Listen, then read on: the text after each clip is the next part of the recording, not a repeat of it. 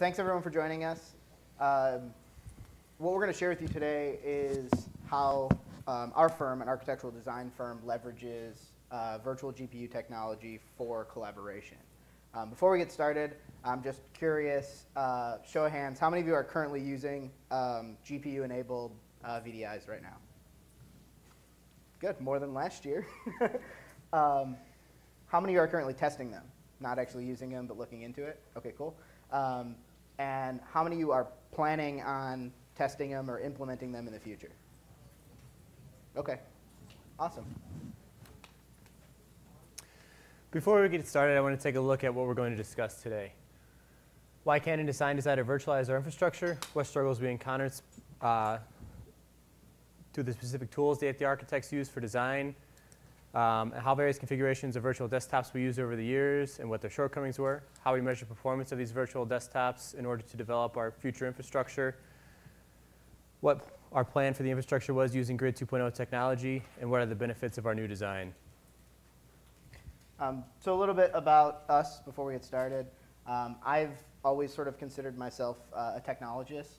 I like to tinker with new things. That's how I end up in projects like this, even though my background is in architecture. I graduated from the Illinois Institute of Technology with a bachelor's in architecture. Prior to that, I actually studied electrical engineering for a little while too, so that's where I sort of get my tech side from too. My entire career has existed in that sort of in-between world of architecture and technology. While I was in school, I had no idea that that kind of a role even existed, but more and more it's becoming a very important role to have in a design firm. Somebody who can communicate with both sides of the designers and the technology side. My info's in the bottom right-hand corner. Feel free to reach out to me if you have any questions or anything. We're happy to share some of our experiences and stuff. So I started out with CannonDesign about 5 years ago under the guise of coming in to help them fix their technology. It was right when CannonDesign made its first jump into virtualization. It was a little bit of a mess, but the lucky for me is my entire career on the IT side, I've always worked with engineers and architects. So for me, kind of like Jimmy I was able to translate some of those principles into the technology that we use. My contact information is below. Feel free to reach out to me, LinkedIn, email, or come see me after this. Quick glimpse of our firm. CannonDesign consists of 16 offices. We are about 1,000 employees strong at any given point in time. We're an international architecture and engineering construction firm, or AAC for short. We were recently ranked number 12 out of the top 50 architects firms by Architect Magazine. So throughout our presentation, we're going to sort of guide you through our journey and our evolution of our technology at the firm. Our journey sort of begins here at the desktop. Here's a picture of an Intel 386SX machine. That was my first machine that I had. It had a turbo button, which I thought was pretty cool. I never turned it off. I don't know why it was there. So desktop PCs have sort of reigned supreme in the AEC space for years. I think there's a few reasons why. Some of that may be due to tradition. Designers and engineers sometimes tend to be set in their ways. They don't really like to change the way they're doing things. Some of it could be due to technologies. We tend to have a lot of egos in our industry that just don't want to change stuff. But a lot of it, I think, is due to the technology, the tools that we use, the software that we use. We need high-end processing. We need things that work with the tools that we're using. A lot of that's changing, though. The technology is catching up. And as a leading design firm, we made it a priority to be early adopters in this space. There's a few different reasons why we started looking there, so we're going to look into sort of what some of those are, why they work, and what works for us. So we kind of asked ourselves and some of our peer groups in Chicago, why virtualize? And the two big answers were cost and security. However, for us, we didn't really see either of those as big compelling reasons to virtualize. While each had benefits to provide, they also kind of had downsides too that would cancel them out. In regards to costs, you're saving on the desktop side, but you're investing more into your infrastructure, more into your licensing. Some VDI setups do allow for a little bit of reduction of licensing, especially with kind of cloud licensing these days. As for security, your data is more secure. In a centralized data center, you have one point of backup. You have multiple storage arrays. It's easier to kind of load balance versus your sites that have data spread across multiple servers, multiple backup devices. And you kind of also have better control over permissions and how people really work in the environment. However, the way that architects kind of work is unique compared to kind of your traditional finance or other disciplines. Is they like to use tools as they come out. So by the time we vet a tool, there may be another tool that's already out. So they kind of want the ability to download tools on the fly, render plugins, texture packs that we basically kind of have to give them administrative rights on their machines. If you stop that, it kind of stops their workflow. It's basically saying, I need you to use a number 2 pencil versus a mechanical pencil. One of the ways that we did see a big downside is having a virtualized or fully virtualized environment is you do have all your eggs in one basket. If something were to go wrong or catastrophic failure, that's kind of it. So the other two benefits you tend to see are management and collaboration. So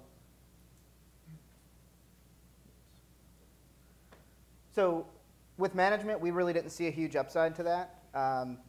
As Andrew was saying, we can't set up images that everybody's using the same image for. We have to allow our designers to customize their stuff. They can't get a fresh machine every day, so we can't use that as a benefit to us. However, in terms of collaboration, that was really where we saw a benefit at.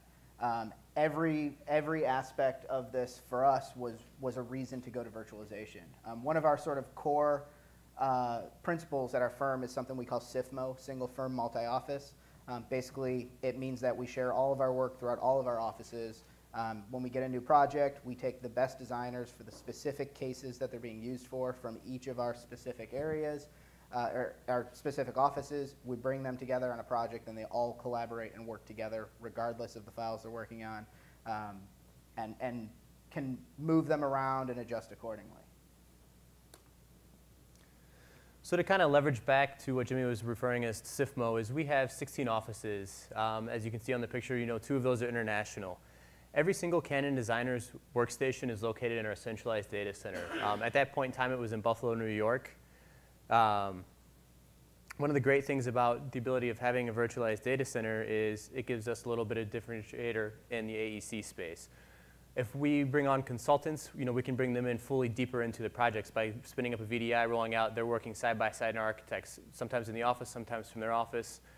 We also leverage that to clients too, to say, hey, we have this ability to pull in any partner architects or contractors that you want, and we can have them work on a one-to-one machine base with us. It's not detaching a Revit model, sending it for somebody else to work, bringing it come back, making it more complex. It's as simple as us spinning up another VDI. So there's sort of a key aspect as to what makes virtualization allow us to be a SIFMO firm. And a lot of that goes back to Revit, which is our primary authoring tool for all of our design. So there's a blog called What Revit Wants that is a great blog if you're ever looking for tips and tricks in Revit. But sometimes I like to look at those quote-unquote limitations and turn them into opportunities to do things. So looking at the model that Revit uses for sharing information actually sort of led us down this path to virtualization and allows us to leverage that better. So Revit sort of has this unique model for sharing information and sharing your tools. It's essentially a database at its heart. So there's a central model that resides on your server. All of your end users download what are called local files to their local machines. That local file automatically has a connection back to the central model. They work in their local, and changes are synchronized back and forth. So this works really well with locating the data centrally and bringing all the people back to that data source through virtualization.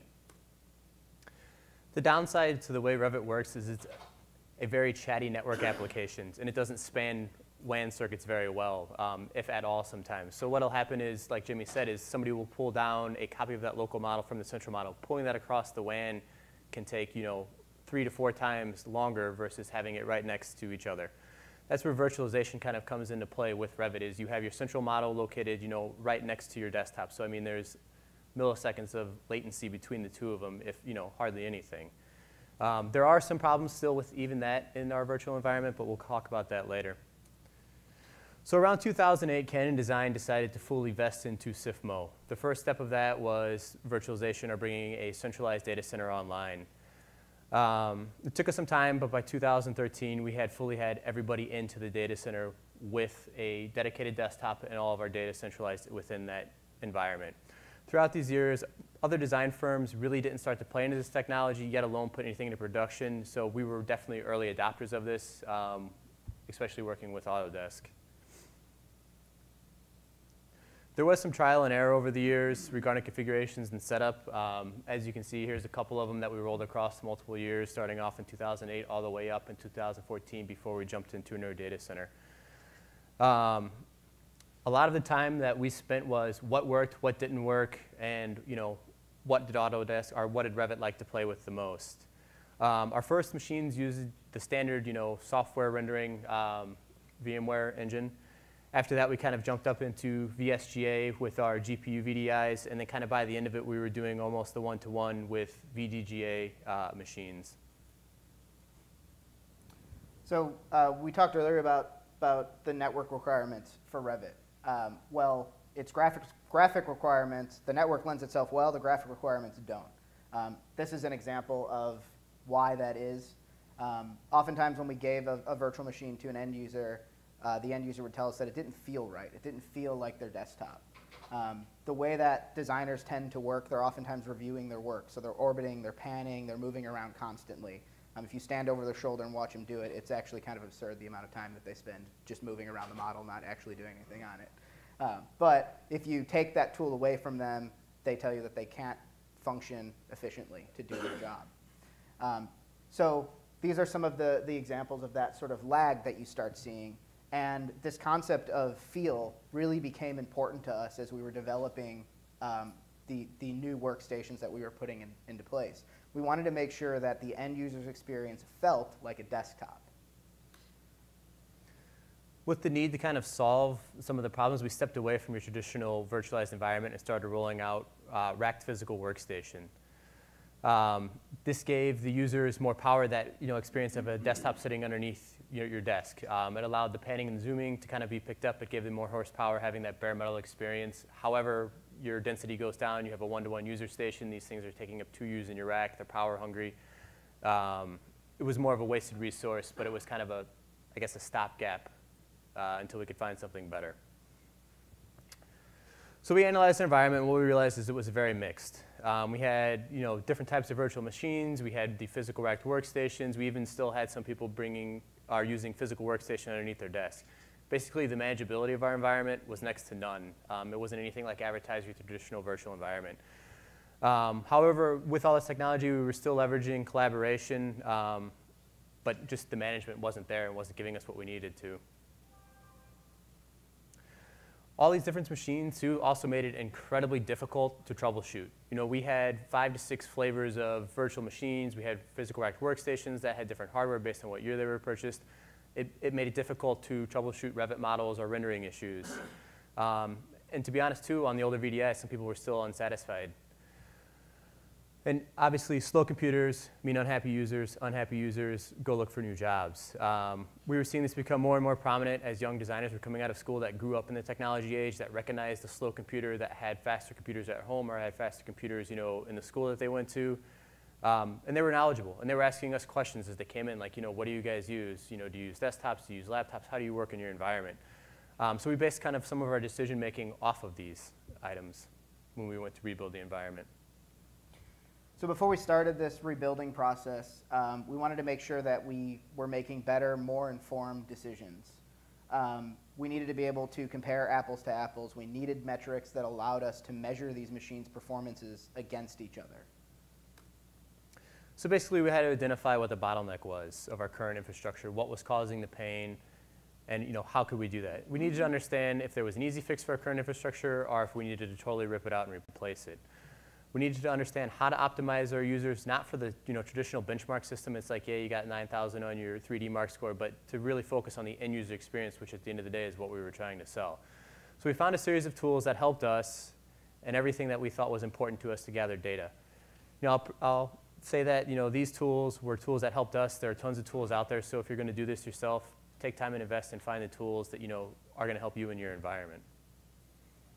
So before we get into some of the benchmarking, I mentioned that our core tool we use is Revit. So a couple of just random notes on Revit's requirements and recommendations per Autodesk. So one key thing is that Revit uses DirectX, unlike some of the other tools that we use, like Rhino and SketchUp, which is using OpenGL. That makes a difference when you're working in a graphics-intensive application. Autodesk also recommends using certified Autodesk graphics drivers. That was a huge issue at the beginning of our virtualization process. We were running machines that were not supported. That doesn't mean that it's not going to work, but it does mean that if you run into an issue and Autodesk can't troubleshoot it, they have an immediate out, and they can tell you, sorry, you're running an unsupported graphics card. That's the problem. We can't help you. Couple other things they recommend in terms of memory. Minimum RAM's 4 gigs, 16 gigs recommended. That obviously grows with every release that comes out, is more and more and more. However, a little known fact that Autodesk doesn't tell you is that they also recommend gauging your RAM based on your model size. As a large firm working on large projects, we often work on very large size models. So the number they recommend is 20 times the size of your model. So to put that into reference, a 50 megabyte model, which we rarely do, requires a gigabyte of RAM. However, a 500 megabyte model, which is closer to our average size model, is going to require 10 gigs of RAM. So you're getting right up there at their recommended number already on our average workload.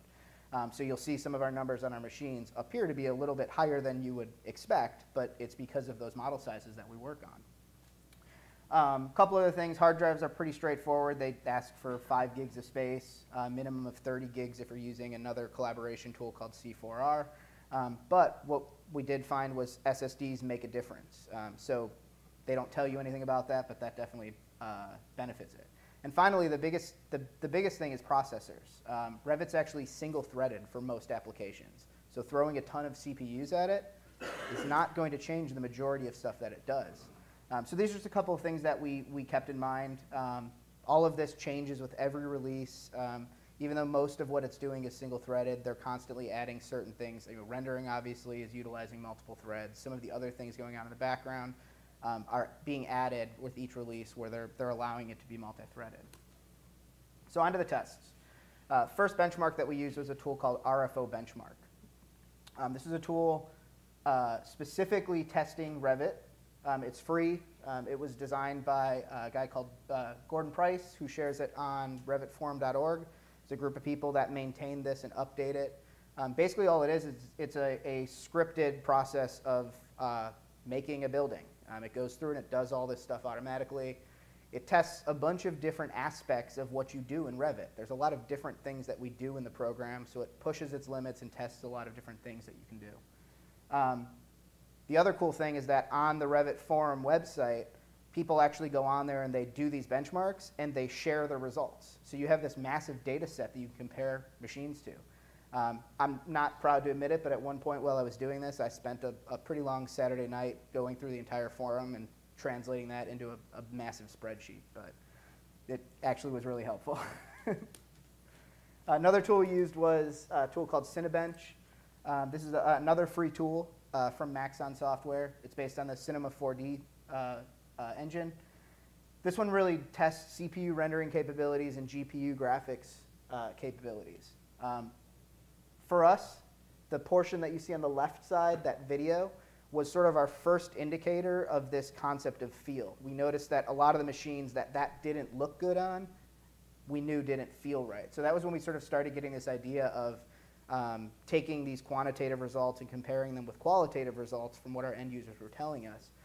And that was sort of our first step into it.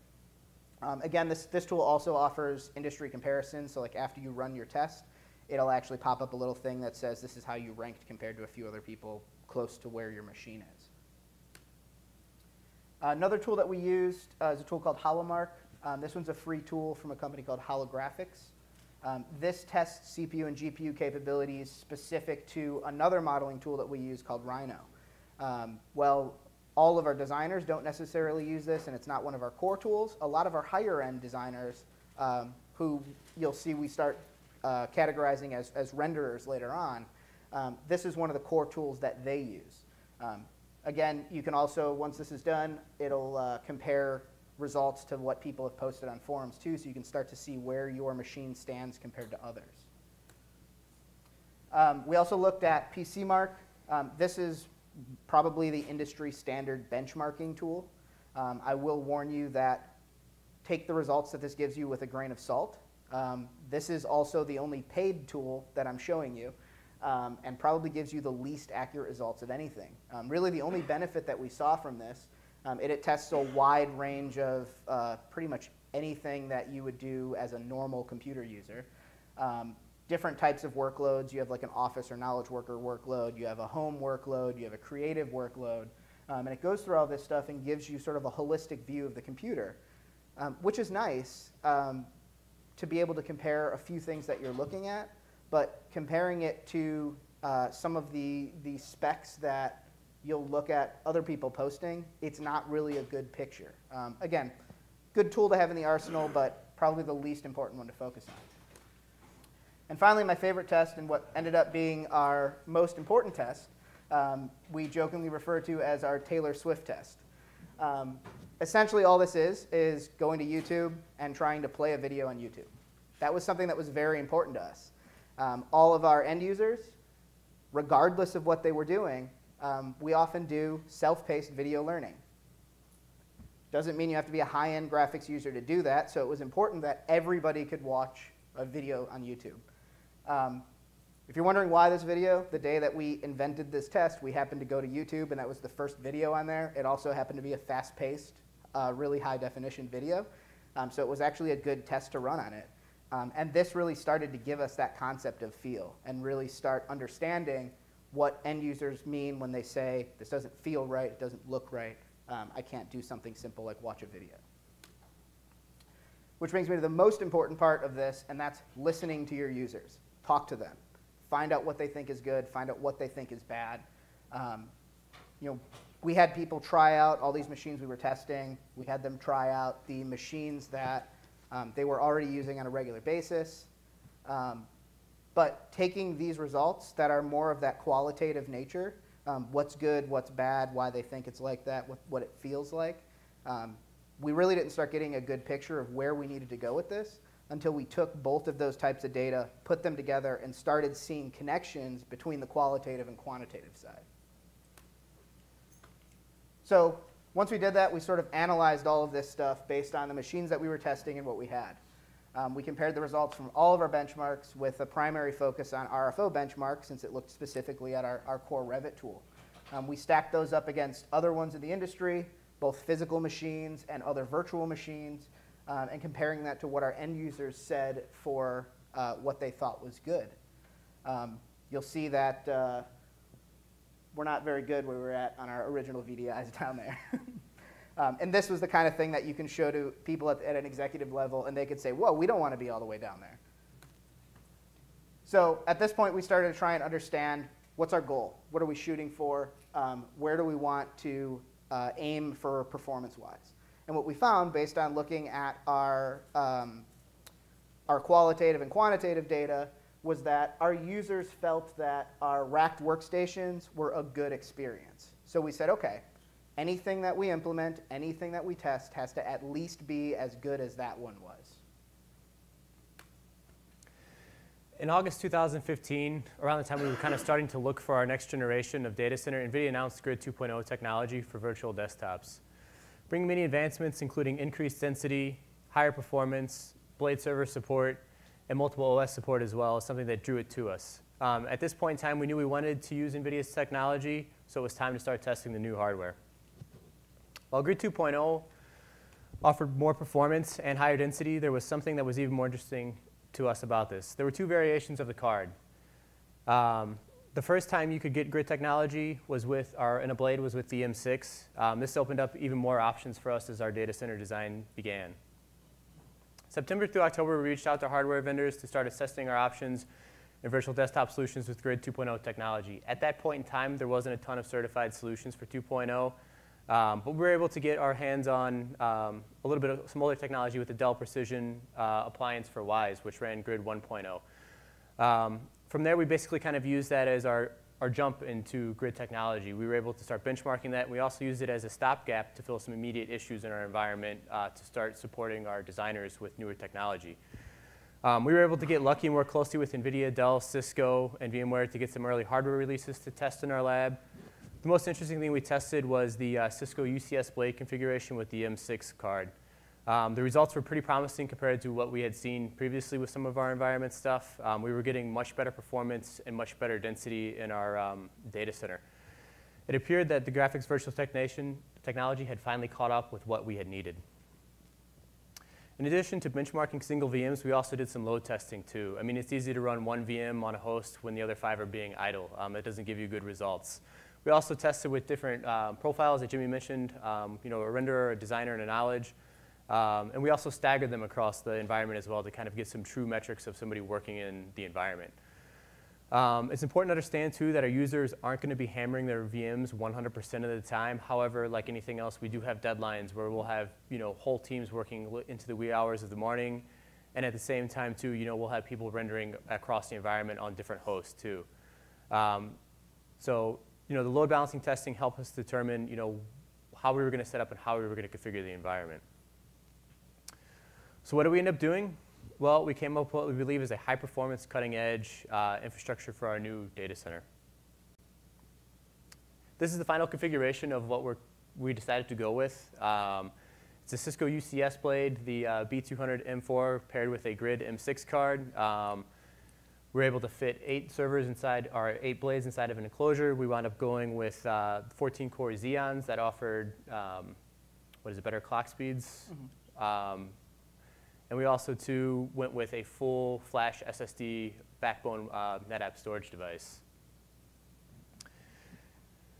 We worked very closely with our partners, NVIDIA, VMware, and Autodesk. They basically kind of gave us their Bibles, or what would become our Bibles of, great deployment guides, user guides. I highly recommend reaching out to your partners, working with them, getting a hold of these, because it will help you design your infrastructure. It'll help you kind of figure out what you need to do to shape it.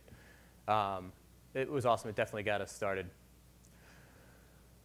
One of the concepts that was presented in one of the guides was user profiles. General recommendations were made for each case depending on what was estimated for each user to do. We basically kind of knocked it down into 3.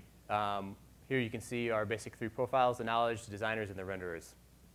The knowledge workers, are catch-all for anybody that does, desktop applications, Outlook, Salesforce, that kind of, your traditional work user. The next step was, up to the designer, and this is pretty much the meat on the bones at CannonDesign. This covers about 90% of our users. This is everybody that works in AutoCAD, Revit, 3D Max, Rhino, SketchUp, pretty much any design application that we can throw at them, including the Adobe suite. Then on the far end, we have our renderers. These are our workhorses. These are the guys that are, producing our high-quality renderings that, just beat and push us to the edge every single day. And they comprise about maybe 5% of the environment.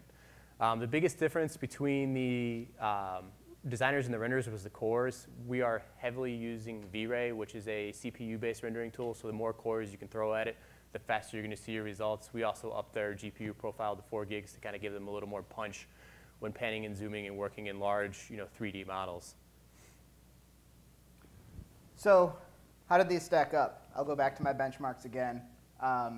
So we rolled out our infrastructure around October of last year. Before we dive into it, I'll warn you there's a lot of data. It's going to get a little nerdy. Can I ask a question? Sure. On your 2 previous slides, where you Yep. the previous one, thank you. For your knowledge workers. Yep.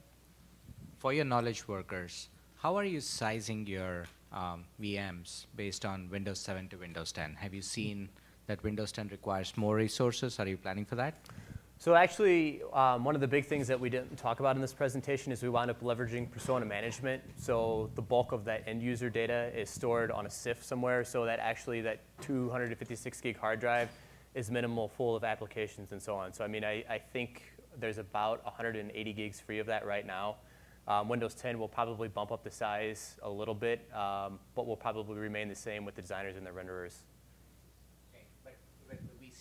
With the vCPUs, do you see a need to increase the vCPU? Have you seen any No, guidance from Microsoft? we've actually had very few complaints. One of the big things, and I don't know if it's going to be one of Jimmy's slides, but I'll bring it up here shortly, is we designed every single profile to run AutoCAD, Revit, and Adobe. Yeah. And so we do have people that pop in to use that, and it handles it beautifully.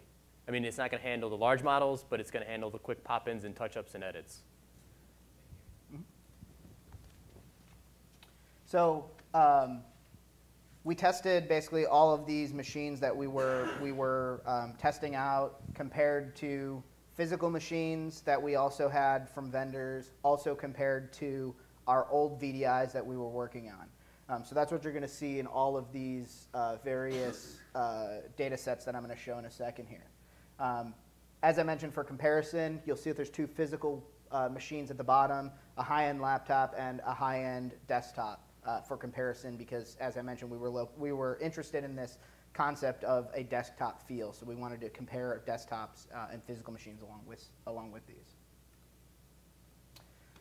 So here you'll see our PC Mark performance. This was, as I said, this tool, I would take the results with a grain of salt. It's nice for sort of comparing one machine to another machine.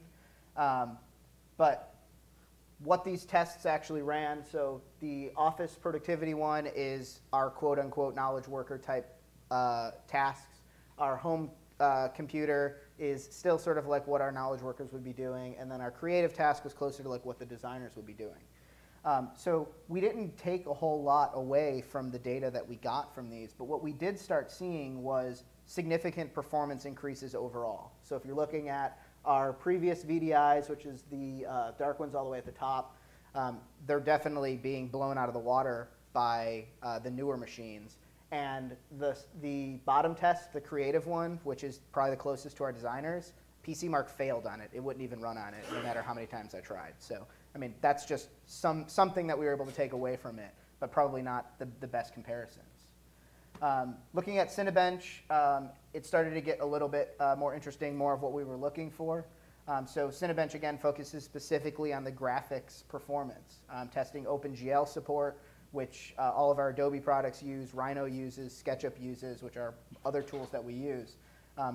Revit does not use this, but the rendering benchmark does apply to what we'd be doing in Revit if we are rendering in Revit.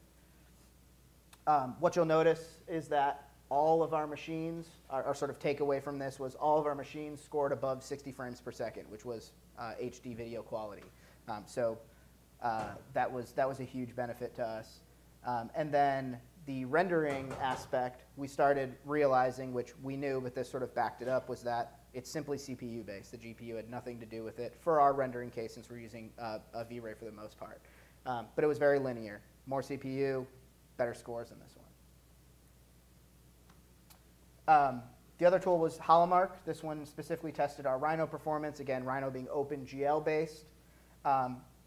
Our goal here was looking to meet or beat our Cloud 2.0s, since we set that as sort of our baseline. Anything we tested, we wanted to get around that same score.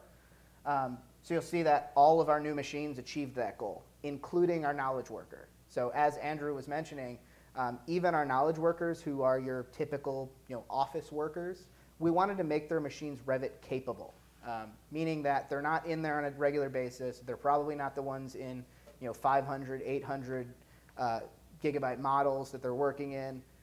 They're the ones that are opening something up, looking around in there just to see what's going on. Maybe opening up Photoshop occasionally to do something, but they're capable of doing what they need to do in it, which is what was important. And then you also see that some of the new virtual machines that we were testing with, they don't always beat the physical machines. But you can definitely see that they're in the same class, at least, compared to where we were coming from. So RFO Benchmark, which was our most important tool to us that was specifically testing Revit. Again, our goal was to meet or beat the Cloud 2.0 machines that we had that were our rack workstations. Again, you'll see all three of our new workstation profiles met that. The rendering test, again, we found was directly related to CPU. So depending on how many CPUs the machine had, that was what accounted for the difference in scores of those. Also note that both the designer and the renderer came close to meeting or beating physical machines.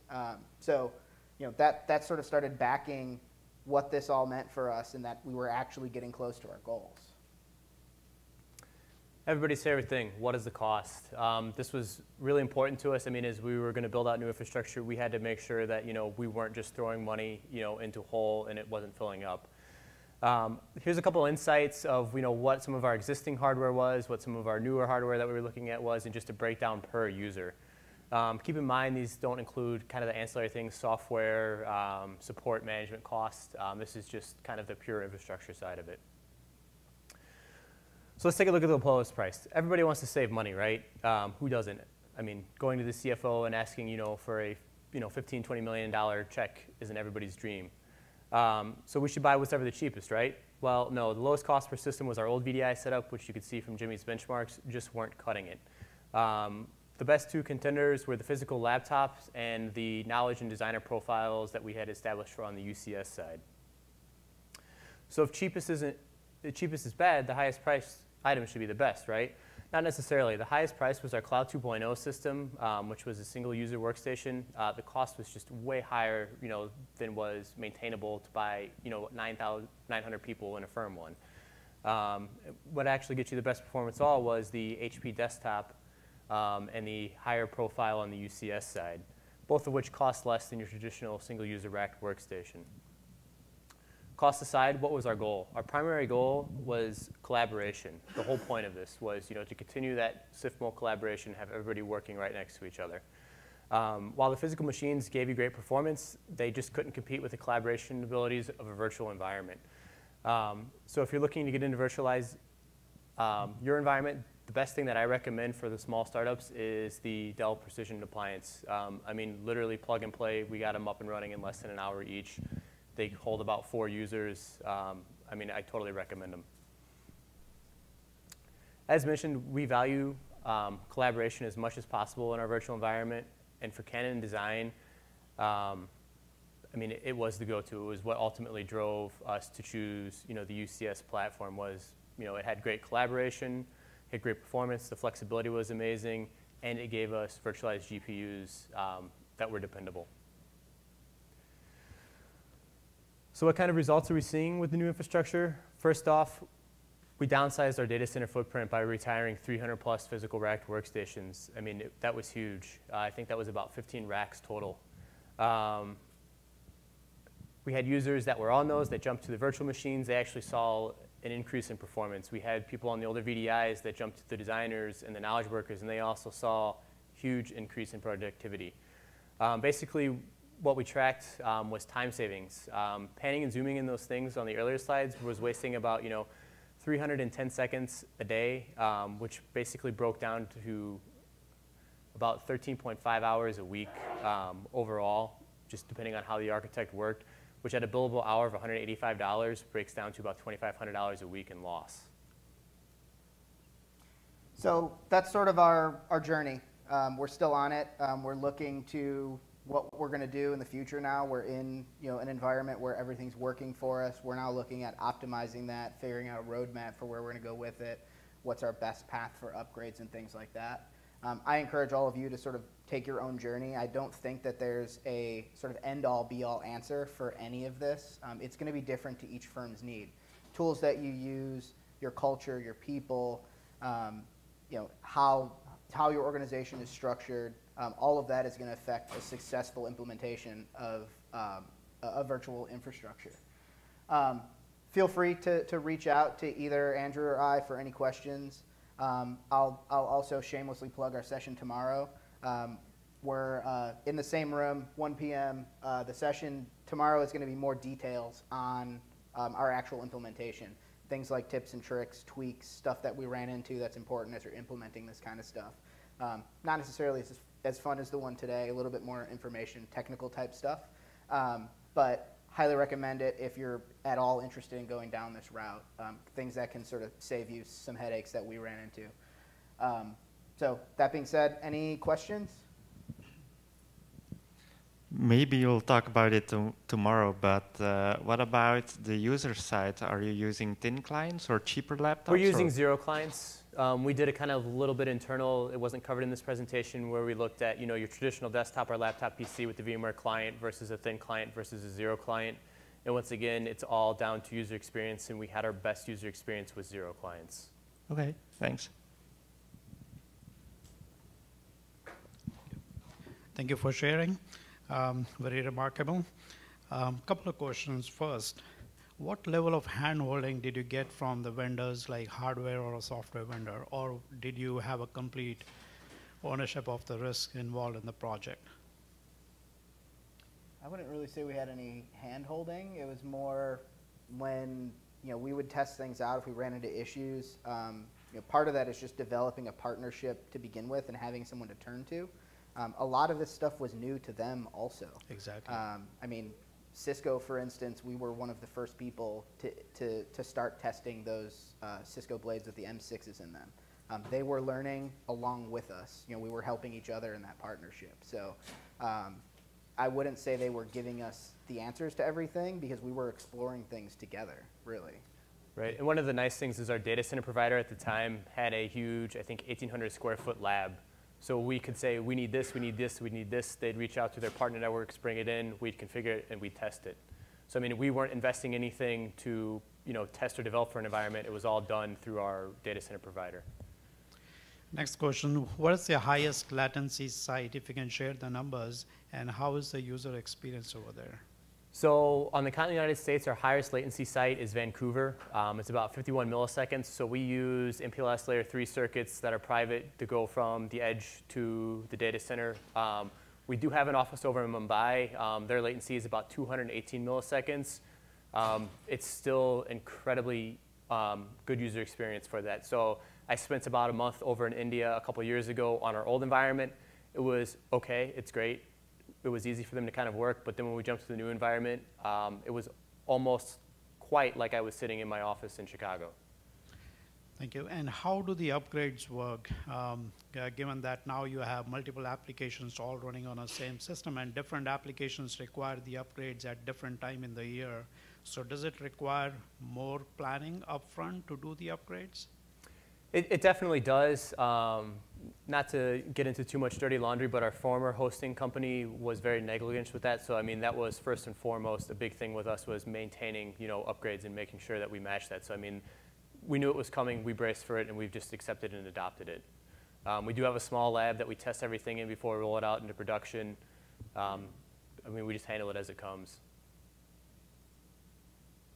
Hey, quick question. Andrew, you kind of touched on it at the beginning, but didn't really get back to it. And I was just curious regarding kind of the admin rights for the local users being kind of in that creative industry as well. How are you dealing with people wanting to install the newest thing on their machines? So it's a double-edged sword, basically. Having local administrative rights on their VDIs. What the ability is it saves me time on the desktop side, where I'm not running somebody over 5 to 6 times to install the 6 different plugins they want to try to make sure they get the right light view or the right texture. But at the same time, too, it makes it a little harder for us to control how applications are. And one of the things we ran into is with SketchUp is, we have cloud licensing. I think we have, 30 seats? Yeah. And we had people still, they didn't want to deal with that, so they went out and they downloaded the free version of SketchUp. They called us and like, hey, you guys, we're going to start charging you for this. So, I mean, that definitely comes into play. But at the end of the day, Jimmy and I aren't here to restrict our designers. We want them to work with the tools they do. I mean, it's, I'm not going to hand you a left-handed pair of scissors when you're right-handed. So, we've just embraced it. We've loved it. We've been kind of cutting it down, but at the end of the day, it's going to make for a bigger headache for us.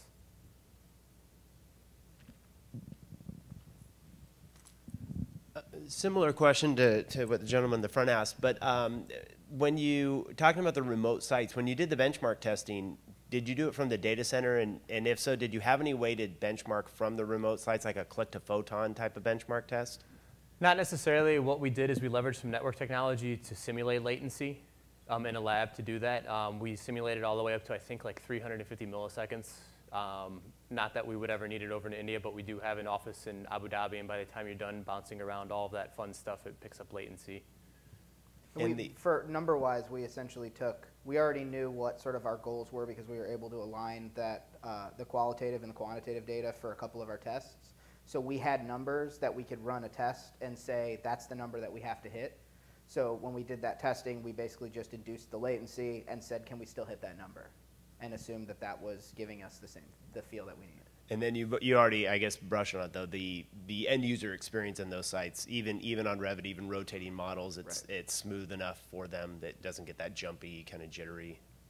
Yeah, I mean, to be honest and be transparent, where it becomes a little difficult is when people try to work from home and they're using, you know, older DSL lines or they're using, you know, wireless G. I mean, that definitely plays into the factor of, hey, why am I at home and it sucks, but when I go into the office, well, it's like, you got to fix your internet, you got to do this, and then that becomes, well, why don't you do it for me? And it's a whole different conversation at that point.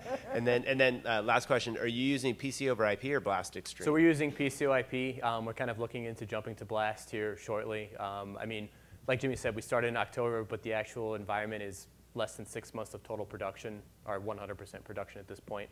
So it's, you know, it's steady, it's great. The platform's level. We're going to kind of keep it there for a while and then start the next round of upgrades. No? I thought you raised your hand. I'm sorry. Anyone else? You already had one. Do you guys use any rendering software that is GPU based, like Octane Render? You said you use V-Ray. It's like you have this GPU parallel stuff, and then I know different software uses different aspects. I don't know if you guys have tested any of the GPU renderers. Yes, we do. We're experimenting with V-Ray's GPU rendering. We've been working a little bit with iRay to see where that fits in and what we can do with it. A lot of that is sort of just leading us to people that are using those things are moving up to our renderer profile. That way they have the GPU that they need to do most of that stuff. And then a big discussion that we're having is as people start hitting that limit, what's the solution to that? And we're not sure what that is yet. Was there one here? I'll get you. No. I was hoping tomorrow you would talk more about your storage and networking architecture. I realize that all the Cisco stuff is all 10 gig, you know, by nature. So I'm curious as to how you allocated storage to each of the apps. Whether you used, did you try to use something like vVols, or did you give an individual LUN for each desktop, or? So we broke it down into a couple storage pools and LUNs. I mean, nothing super complicated, more of your traditional environment. There is no application publishing, so I mean, it's, you know, dedicated VDI, you know, per each user. So there's very few shared resources in the environment. As I mentioned before, one of the tricks that we did is with the grid card, you can't vMotion machines live. So if a host goes down, that's it. So we leverage persona management, and that takes a big pool off of, you know, our desktop storage pool, and we store that on centralized SIFs that we have broken down into each office. Another question just popped in. If they are using zero clients, your architects that are on site, so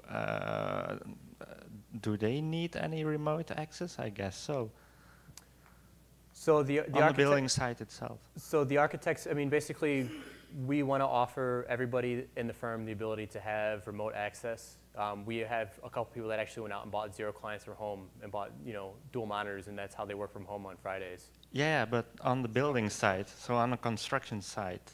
On the what? On the construction site itself. They still have the thin clients. They still have the thin clients, or the zero clients. Yeah. I think he's asking about the building site during the CA construction administration period. So yeah, I mean, we'll have your traditional job trailer with, you know, 4 or 5 zero clients in it. Some people will bring laptops. It just depends on that project phase. One of our largest healthcare projects, we have a site office of about 16 people, and we ship zero clients up to them. That's where they work for. They may not be there every single day, but they have that same, you know, interface and user experience when they're there. And they don't need it while they're walking through, let's say, the building that's being built? Not necessarily.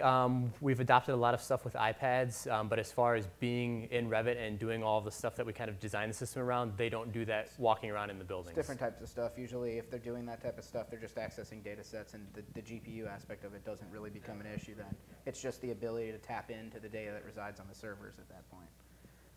And then for our typical end users, we have a pretty lenient BYOD type thing. You know, I work from my personal laptop from the office every day, and I can access my VM and do whatever I need to do on it from wherever I'm at.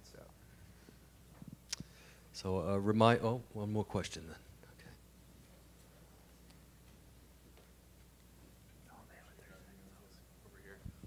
So you guys went with centralized data and centralized virtual machines. Did you guys ever look at spreading things out and using Panzera or something along those lines to put the data closer to the users in Mumbai, for example? We did. File locks are a huge issue with that. At cross-site manipulation too. The other big thing is, being an architecture firm, we design our offices. It's the classic dog food model. So we design our offices to show the capabilities, and when we design them, there's not a ton of footprint for infrastructure side. I mean, most of the offices that we build now have a network switching closet. They don't have active cooling or generators or anything along those lines. It's very slim picking to maximize floor space. I can also tell you, in a previous life at a previous firm, we implemented Panzeras for offices that were overseas.